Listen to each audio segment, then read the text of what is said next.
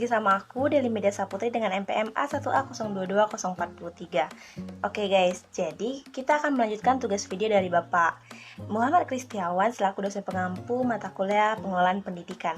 Oke guys, sekarang kita ada di bab 11 nih, yaitu tentang efektivitas mutu sekolah. Apa sih efektivitas mutu sekolah? Oke, kita akan masuk ke pengertian sekolah yang efektif. Menurut Taylor, pada tahun 1991, sekolah efektif adalah sekolah yang mengorganisasikan dan memanfaatkan semua sumber daya yang dimiliki oleh sekolah dan menjamin semua siswa tanpa memandang rasa, jenis kelamin maupun status sosial ekonomi bisa mempelajari kurikulum yang esensial di sekolah.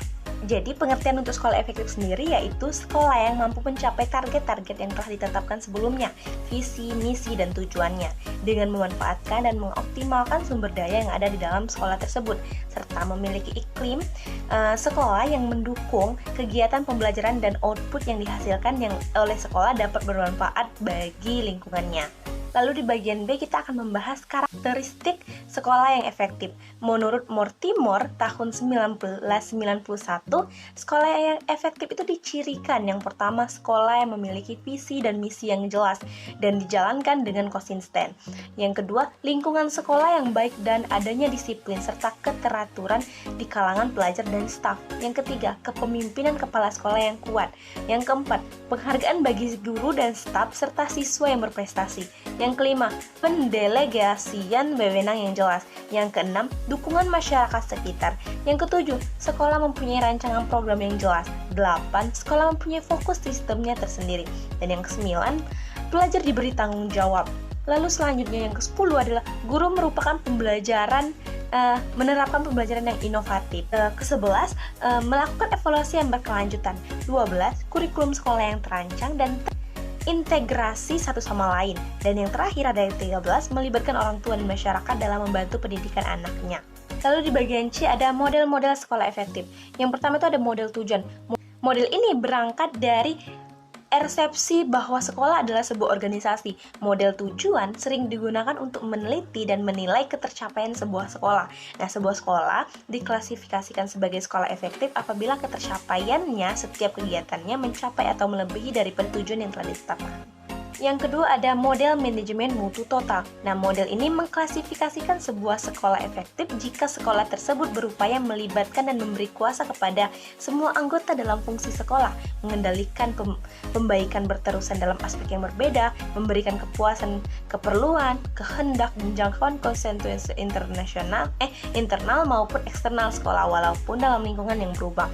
Dalam manajemen mutu total, dasar penilaian efektivitas sekolah meliputi kepemimpinan, manajemen sumber daya manusia, manajemen proses, penerangan dan analisis, perencanaan, keputusan pencapaian belajar, serta dampak pada masyarakat itu juga.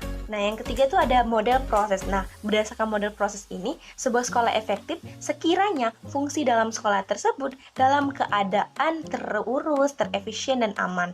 Nah, model ini menekankan pada aktivitas yang dijalankan sebagai kriteria penting efektivitas sebuah sekolah. Menurut Owens pada tahun 1987, keefektifan sebuah sekolah dalam perspektif proses dalam sebuah organisasi dikelompokkan dalam menjadi dua perspektif. Yang pertama, karakteristik internal. Nah, sekolah yang mencakup gaya kepemimpinan, proses komunikasi, sistem supervisi dan evaluasi, sistem pembelajarannya, kedisiplinannya, dan proses pembuatan keputusannya.